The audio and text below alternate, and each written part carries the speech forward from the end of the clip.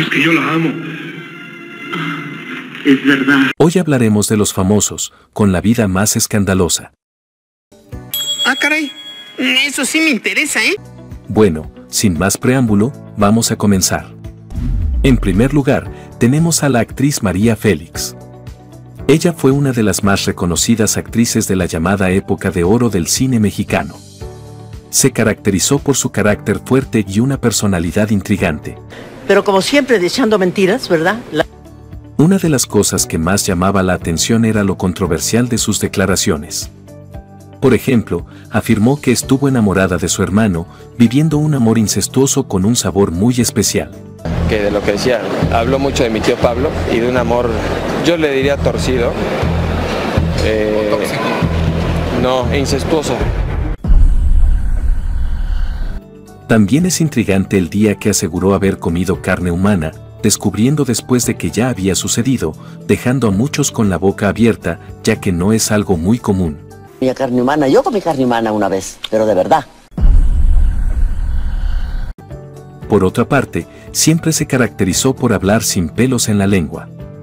Un día afirmó que para que ella quisiera a un hombre, tendría que ser muy rico o muy guapo, aunque en la vida real estuvo con varios hombres que no cumplían esos requisitos, como Agustín Lara. Pero bueno, eso es otro asunto. Otra de las cosas que María Félix siempre dijo es que nunca se le negó un hombre, ya que se consideraba irresistible ante el sexo masculino. A mí me tienen que empujar mucho para decir cosas, ¿eh?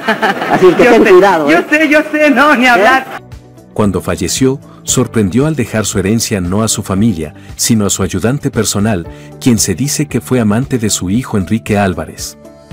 Este dato es perturbador, puesto que se comenta que, debido a la preferencia sexual de su hijo, María Félix nunca lo aceptó ni lo amó tal cual. Su hermano Benjamín, el más pequeño, pide que exhumen el cuerpo. Sí, claro. Porque piensa que lo han envenenado, porque no les dejó nada a toda la familia. Pero bueno, continuamos con las intrigas del espectáculo y nuestro siguiente en la lista es Pedro Infante, el actor y cantante mexicano considerado como el máximo ídolo del pueblo. Su abuelo, ¡ay qué bueno! ¿Quién se llamara como él? Fue bastante intrigante, de hecho, su vida personal. Se casó cuando era bastante joven con una mujer 10 años mayor que él, quien le ayudó a forjar su carrera artística. Aunque se dice que su voz no era espectacular, su simpatía y carisma lo catapultaron al grado de ser el máximo ídolo en la historia de México.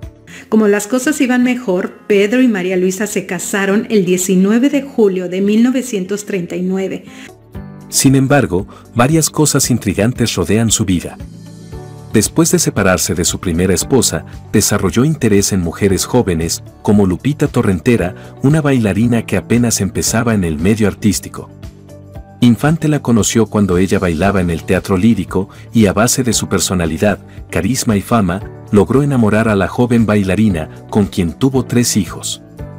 Lamentablemente, uno de ellos falleció y la controversia surge porque ella apenas tenía 14 años cuando empezó a salir con Infante.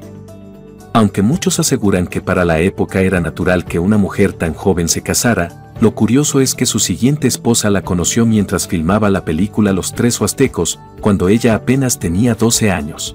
¿Qué te pasó? ¿A mí? Nada. ¿Por qué, padrecito? La actriz de la época de oro, Irma Dorantes, aseguró en una entrevista que Pedro Infante la conoció siendo muy niña, pero que no se casó con ella hasta que cumplió los 18 años.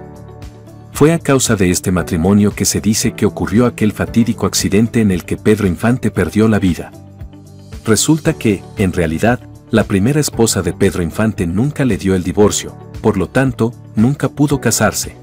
Entonces Pedro queda legalmente casado por un ratito con dos señoras.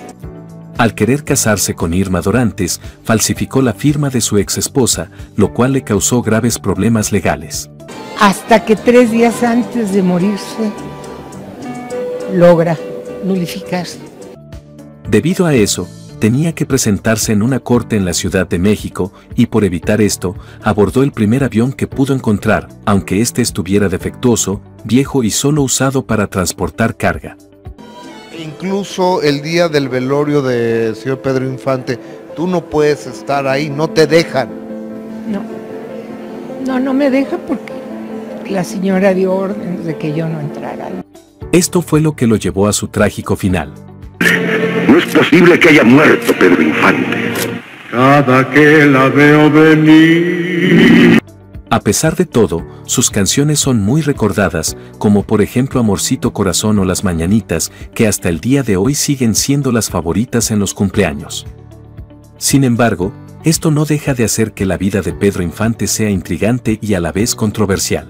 Amorcito corazón, yo te... Otro que aparece en esta lista de las intrigas más grandes en el mundo del espectáculo es Agustín Lara, el famoso compositor mexicano conocido como el Flaco de Oro, a quien muchos consideran el mejor compositor romántico en la historia de México. Este compositor mexicano vivió una vida bastante intrigante, ya que desde muy joven trabajaba cantando en los burdeles. Se dice que fue una de las mujeres que trabajaban en estos lugares quien le hizo una cicatriz en la cara, la cual siempre lo caracterizó. María bonita, María del alma. Agustín Lara sabía que no era guapo, pero confiaba en que su talento podía convertirlo en un conquistador de mujeres bellas, como fue el caso de María Félix. Muchos aseguran que a Agustín Lara le gustaba verse rodeado de mujeres hermosas debido a que, al no ser naturalmente guapo, tenía un gran complejo y consideraba necesario estar rodeado de mujeres hermosas para no sentirse mal. Sin embargo, durante la época en que estuvo casado con María Félix, se dice que se volvió bastante celoso. A pesar de ser celoso, no dejó de ser mujeriego, ya que, según lo contó la doña, Agustín Lara engañó a María Félix con una cantante y ella lo botó de casa. Dicen que yo tengo mucho éxito con los feos. Muchas gracias. Bueno, digamos. Lo que muchos no saben es que para esa época, Agustín Lara y María Félix habían adoptado a una niña. Que realmente mi vida con Agustín Lara fue de pequeña. La niña era hija de una cantante que era amiga de Agustín Lara. María Félix fue por mí y me llevó a su casa. Él la había conocido cuando tenía apenas 6 meses de edad y la madre se la dio para que tuviera una mejor vida al lado del Flaco de Oro y la doña. Entonces María Félix para mí fue mi mamá. Con el tiempo, la niña creció y, a los 16 años de edad, se convirtió en la esposa del intérprete de Solamente una vez. Yo era ahora sí que los ojos de Agustín Lara era yo. La boda se realizó en España y el hecho fue muy controversial, ya que la muchacha había sido la hija adoptiva de Agustín Lara. Y dice, oye hija, ¿y si nos casamos? ¿Por el qué dirán? Para que se olviden de todas estas gentes. Pues sí, papacito, pues nos casamos, lo que tú quieres. Este evento no pasó desapercibido en los medios de comunicación de la época, quienes lo publicaron como un verdadero escándalo. Entonces empezaron a hablar mal de nosotros, todos los periodistas. La verdad es que el mundo del espectáculo nunca deja de intrigarnos y siempre hay historias más interesantes que otras, como el caso del que te voy a hablar ahora. Amanda del Llano, una de las actrices más reconocidas y consolidadas de la llamada época de oro, causó mucha controversia. Siempre se mostró como una joven amable y dulce, pero un día decidió darle un giro a su carrera convirtiéndose en una mujer fatal. Tan fatal se volvió que acabó con su carrera, ya que el público no le perdonó que en la película el seductor se atreviera a quitarse la ropa frente a las cámaras, dando un giro a su imagen de muchacha buena y de familia. San modelos al desnudo. Si no poso desnuda es porque no quiero, no porque no pueda.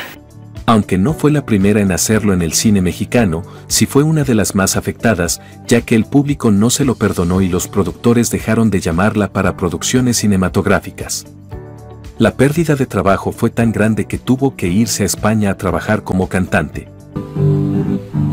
Ya se cayó el arbolito donde dormía el pavo real. A su regreso a México, no logró recuperar su lugar como estrella del cine. Estos hechos y otros llevaron a que la actriz se enfermara, especialmente de su estómago, y falleciera a la temprana edad de 40 años. Así, la que nació en Chiapas pasó de ser la gran estrella a ser olvidada. Aunque mucha gente ha dicho que no es justo lo que le pasó, ya que muchas otras, como Ana Luisa Pelufo, también hicieron lo mismo que ella y no les causó mayor problema. La diferencia radica en que, como les venía diciendo, Amanda del Llano no tenía esa imagen y el giro fue tan impactante que dejó en shock a los amantes del cine. tengo la sensación de haberla visto y conocido antes. No sé.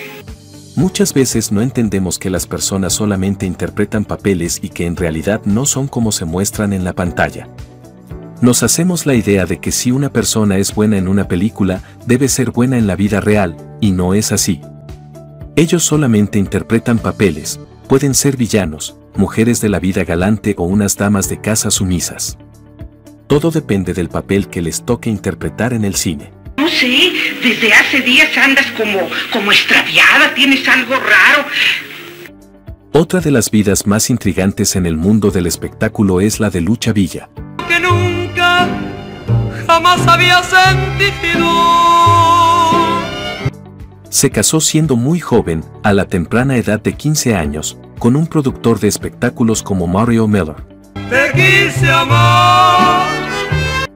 Sin embargo, el matrimonio no resultó bien debido a la gran diferencia de edad, ya que cuando se casaron él era 20 años mayor que ella.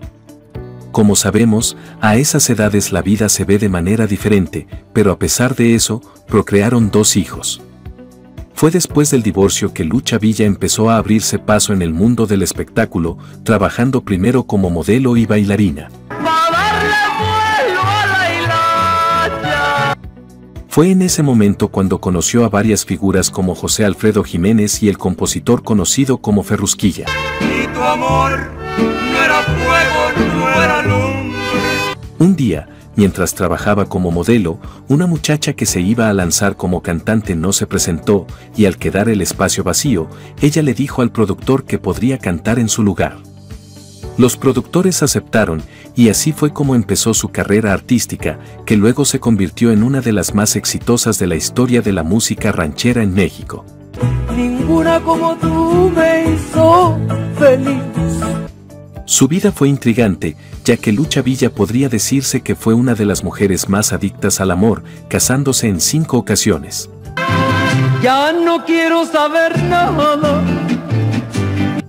Según ella, los hombres no la querían a ella, sino a Lucha Villa, ya que en casa era muy diferente a la intérprete que se subía al escenario. Arriba del escenario, mostraba vestidos hermosos y una personalidad atractiva, pero debajo del escenario era una persona muy sencilla a la que le gustaba la cocina y el hogar. Muchos hombres no aceptaban esa diferencia y querían ver a la misma Lucha Villa que veían en el escenario. Por eso, se divorció en 5 ocasiones, diciendo que los hombres se decepcionaban al descubrir quién era realmente. Tuvo varios matrimonios, algunos bastante fugaces, como uno que únicamente duró 3 meses. En su último matrimonio, su esposo era mucho menor que ella, al punto de que su canción favorita era 40 y 20 de José José. Que tengo 40 y tú 20. Aunque Lucha Villa no contaba con muchos estudios académicos, se hizo una mujer bastante cultivada al viajar mucho y conocer a personas muy interesantes. Esto también le causó problemas con algunos de sus esposos, ya que, según decía, no le hablaban de cosas importantes y se aburría de las conversaciones. Por eso, nunca fue feliz al lado de ningún hombre. Tuvo una vida intensa y bastante intrigante, razón por la cual está en esta lista. No dudo que a lo mejor tuvieron por ahí un resbalón o algo por ahí. Otra figura del mundo del espectáculo con una vida sumamente intrigante es José Alfredo Jiménez, conocido como El Rey.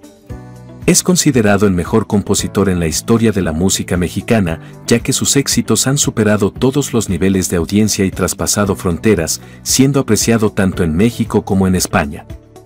Lo más intrigante es que José Alfredo Jiménez nunca estudió música y ni siquiera sabía tocar algún instrumento. En su juventud, fue futbolista y llegó a ser portero de un equipo profesional de fútbol. Sin embargo, su pasión por la música lo llevó a convertirse en un destacado compositor. Se dice que cuando disfrutaba de sus tragos, se transformaba en todo un bohemio y escribía numerosas melodías con letras muy románticas. Ando volando bajo. Cuando intentó grabar su primer disco, la disquera inicialmente le dijo que no, argumentando que la ranchera debía tener letras campiranas, como hablar de un caballo prieto azabache, por ejemplo. Pero José Alfredo Jiménez no se rindió y finalmente convenció a los ejecutivos de que le grabaran su disco. Este resultó ser un éxito total, ya que abordaba temas diferentes, como románticos y dedicados al amor y a la mujer, algo que no se había hecho en la época, donde la ranchera era bastante brava al estilo de Jorge Negrete, que cantaba a los machos de Jalisco. Por todas mis canciones. La vida de José Alfredo Jiménez terminó siendo intensa, marcada por numerosas relaciones con mujeres hermosas. Se dice que, para componer, necesitaba disfrutar de sus tragos y estar rodeado de bellas mujeres. Así es como nacieron grandes melodías que, hasta la fecha, son escuchadas por los románticos empedernidos y amantes de la bohemia. Lamentablemente, la misma afición que lo llevó al éxito también le causó la muerte, ya que falleció a los 46 años a causa de cirrosis hepática. Yo pienso que lo están juzgando porque en algunas de sus canciones menciona la copa, menciona la necesidad de tomarse una copa, de echarse un trago. Otro de los grandes cantantes y compositores mexicanos es Juan Gabriel, quien tuvo una vida más que intrigante, diría yo, controversial. Después de su muerte, muchos de sus colaboradores revelaron sus secretos más ocultos. Por ejemplo, se dio a conocer que fue novio del cantante brasileño Nelson Ned. No será el primero, sino pregúntenle a Nelson Ned. O sea, ahí es cuando yo me enteré que Juan Gabriel se había echado a Nelson Ned. No, o sea, cállate la boca, ya sé. En mi descarta. Nelson ha declarado en varias ocasiones que fue víctima de adicción a sustancias ilícitas y que en esa época cometió muchos errores, aunque no profundiza ni da detalles. Sin embargo, fue el mismo Juan Gabriel quien le confesó a su ayudante Carlos Alberto que había tenido una relación con Nelson Ned, o al menos una aventura, así lo dijo el compositor conocido como el Divo de Juárez. Yo jamás sufrí. Juan Gabriel fue bastante adicto al amor, según dijo Carlos Alberto. ¿Estabas enamorado de Juan Gabriel? De su arte. Le gustaba tener muchos novios, y él era el encargado de conseguirlos. Siempre tenía acompañantes. Bueno, hasta 5 en un hotel. Muchos de los novios de Juan Gabriel han salido a contar la historia del Divo de Juárez, una historia que permaneció oculta debido al gran respeto que se le tenía al compositor de éxitos como el Noa Noa y Querida. De repente él era una persona muy voluble. O sea, 5 personas en un hotel, tan sencillo. Finalmente, todo sale a la luz, y cada vez se van revelando detalles que dejan con la boca abierta, haciendo que uno piense en lo interesante que fue la vida del Divo de Juárez. Valdría la pena conocer la profundidad de su vida y, tal vez, realizar una serie o película bastante detallada sobre su historia. Durante su carrera artística, Juan Gabriel tuvo que enfrentar bastantes obstáculos, y uno de ellos fue la discriminación debido a su orientación sexual. Por ser homosexual, se le cerraron muchas puertas, incluyendo las de Televisa y otras cadenas de radio. Sin embargo, el talento de Juan Gabriel era tan descomunal que al final tuvieron que abrírselas. Y con el rechazo de un grupo importante, porque... Raúl Velasco declaró que cuando presentó a Juan Gabriel en Siempre en Domingo, recibió bastantes llamadas de personas reclamándole el por qué presentaba a alguien como él en su programa. En esa época era un muchacho muy tímido y pues sufría los ataques y los prejuicios de mucha gente. Raúl Velasco lo defendió, argumentando que él presentaba talento y consideraba que Juan Gabriel era un gran talento. También mencionó que había un grupo de personas que le tenía bastante mala fe a Juan Gabriel, y una de ellas era Vicente Fernández, quien llegó a declarar que Juan Gabriel le caía mal, por lo que no cantaba canciones de él, a pesar de que eran grandes éxitos y le gustaban. Pero ni yo le caigo bien a él, ni él me cae bien a mí. A pesar de todo, muchas personas se enamoraron de las composiciones del Divo de Juárez, entre ellas Rocío Dúrcal y Lucha Villa, quienes hicieron exitosas muchas canciones del intérprete de Abrázame muy fuerte. Nuestro siguiente en la lista es también un compositor muy inteligente, con letras profundas, estoy hablando de Marco Antonio Solís. Comenzó muy joven en el mundo del espectáculo y se dice que se presentó por primera vez en Siempre en Domingo, en Huaraches. Así lo afirmó el conductor del programa, Raúl Velasco, ya que él y su primo formaron un grupo llamado Los Hermanitos Solís. siendo muy jóvenes, se fueron a vivir a la ciudad en busca de una carrera artística, pero no les iba muy bien y a veces no tenían dinero ni para comer. A pesar de eso, tuvieron la suerte de recibir una invitación para presentarse en dicho programa, pero el presupuesto no alcanzaba, así que se presentaron en Huaraches.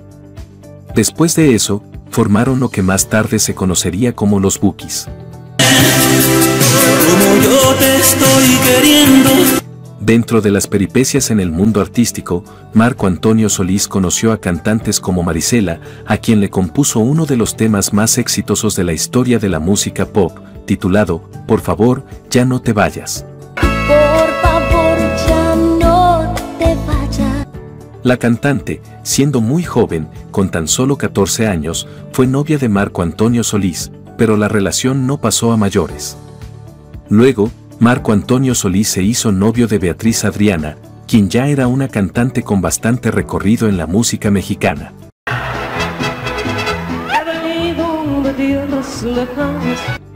Ella le ayudó a ser más popular en México en un momento en que él aún no tenía fama ni dinero. Se dice que Beatriz Adriana apoyó tanto la carrera de Marco Antonio Solís que se olvidó de la suya propia.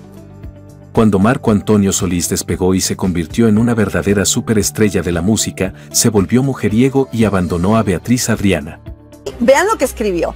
Marco no tenía ni carro y yo creí que era un hombre de Dios y sin conocerlo me pidió que me casara con él. Yo le creí. Lo más chistoso, dice Beatriz Adriana, es que mis propiedades que yo tenía a mi nombre de mi compañía, 4 de ellas y entre ellas está el estudio de grabación y 3 casas más en un campo de golf con 800 metros cada una, ya hace mucho que están a nombre de él y su esposa, pero sin mi firma.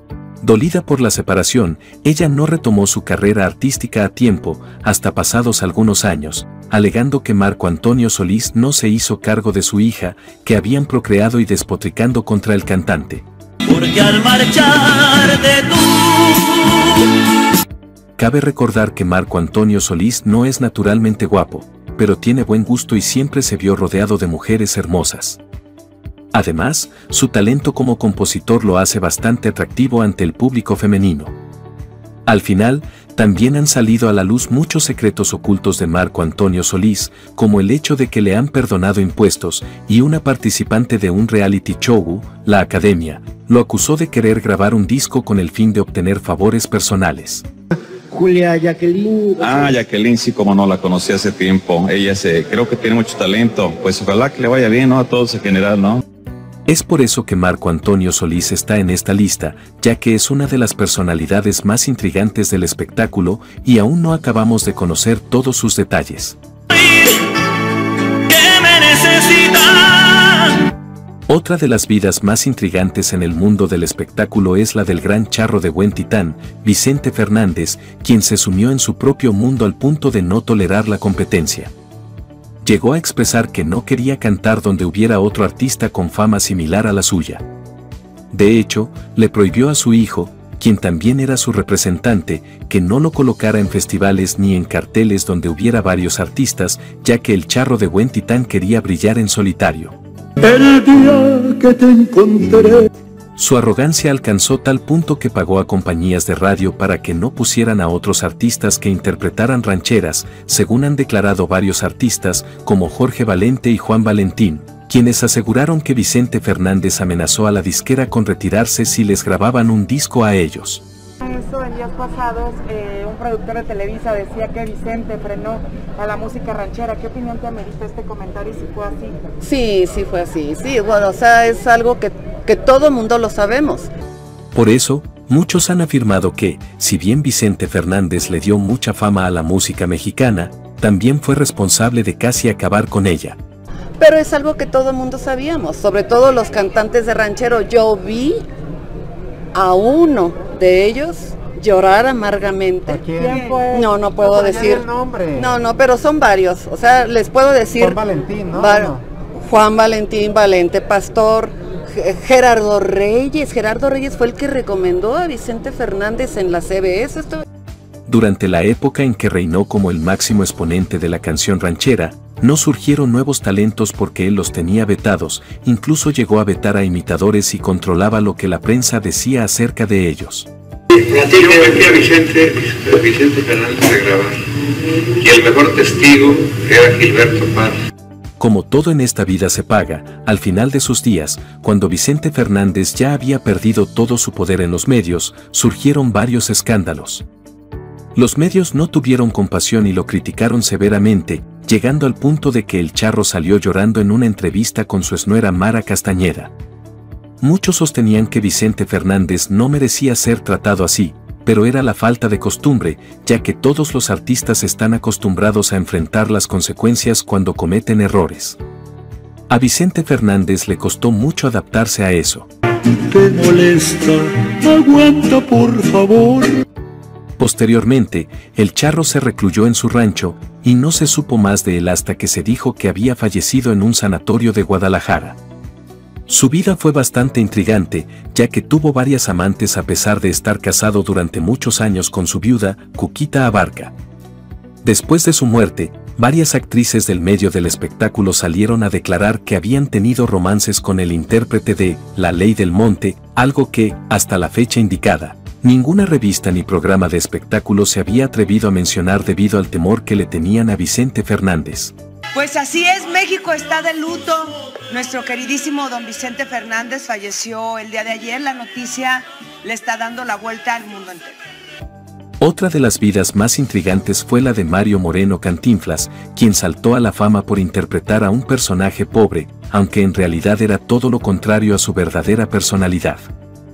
En la vida real, él era una persona millonaria y bastante ególatra.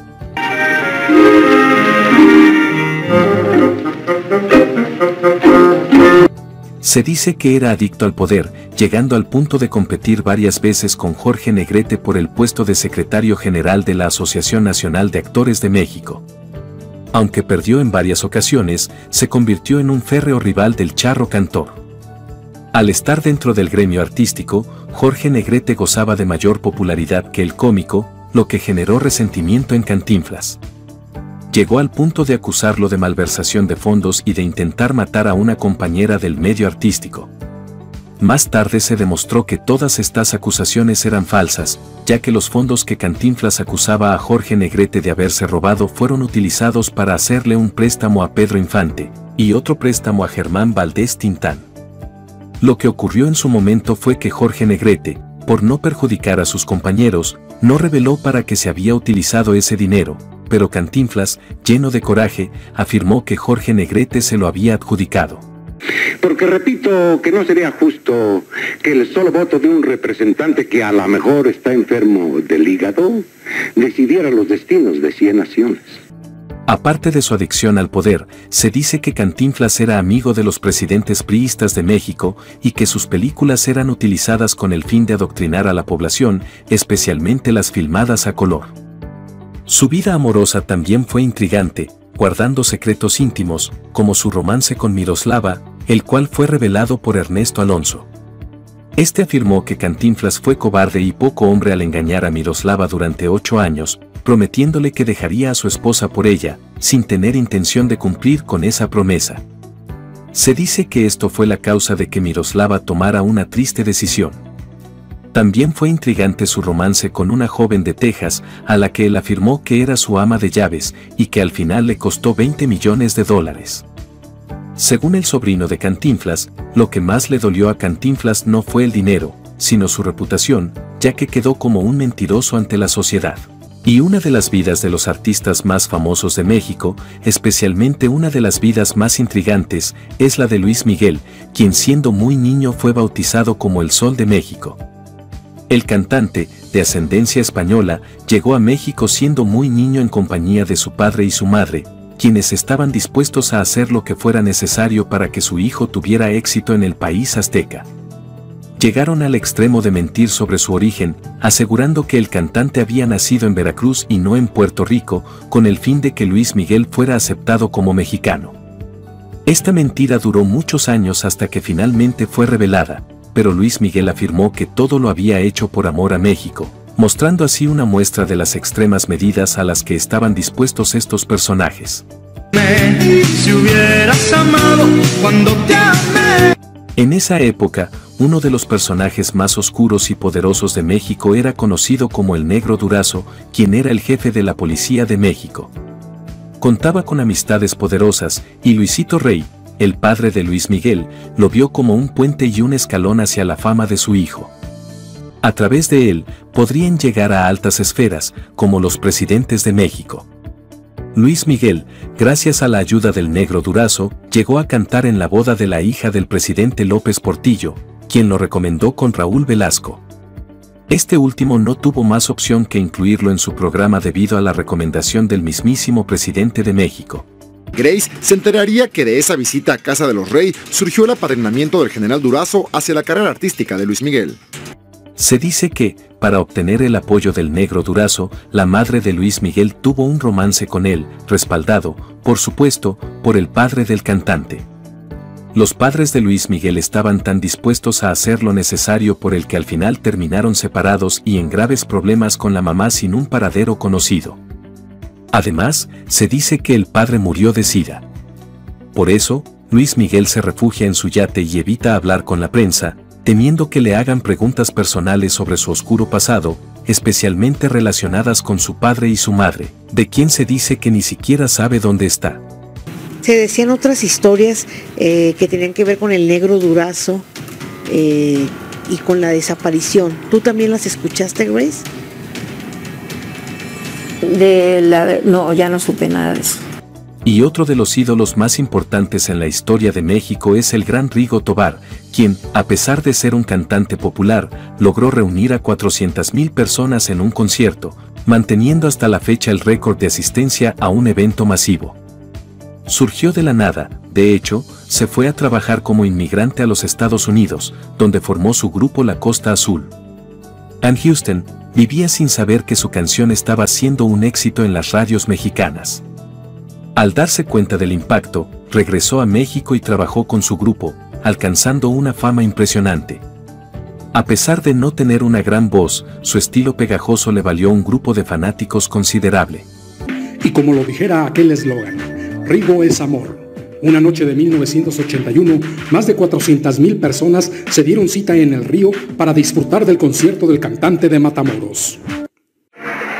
Marco Antonio Solís llegó a expresarle envidia, ya que la gente conocía a Rigo Tobar en todos lados, mientras él, en ese momento, pasaba desapercibido.